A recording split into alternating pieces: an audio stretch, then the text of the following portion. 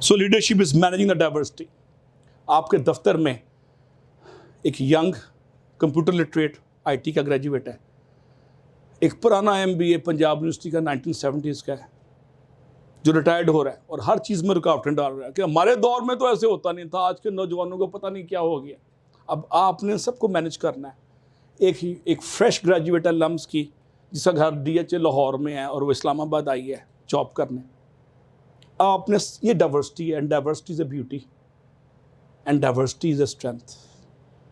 Diversity को मुसीबत नहीं है, तो लीडर डाइवर्सिटी को मैनेज करता है।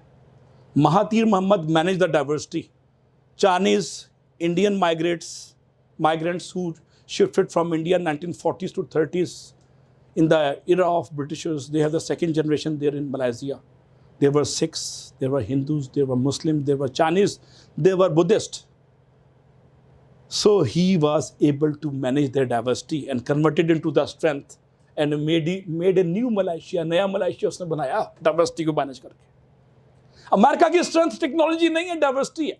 दुनिया की 120 nations, the cream of the 120 nations and are allowed to come to the USA and help them to do the latest R&D. उस R&D से they make their technological what you call supremacy, technological supremacy across the globe.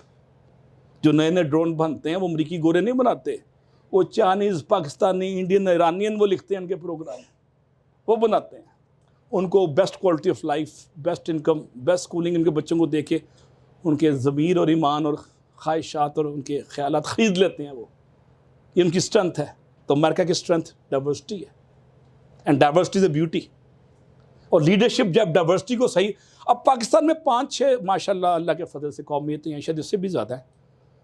एक कौम में माशाल्लाह बहुत ही hard worker है, एक कौम इंटेलेक्चुअली स्ट्रॉन्ग है, एक कौम में शायद इनोवेशन ज़्यादा एंड सो फोर्थ। आप जब इनको कंबाइन करें तो इसका कलेक्टिव इफेक्ट की सिनर्जी जो है वो पाकिस्तान को टॉप पे ले जाती है और लेके जा रही है इंशाल्लाह।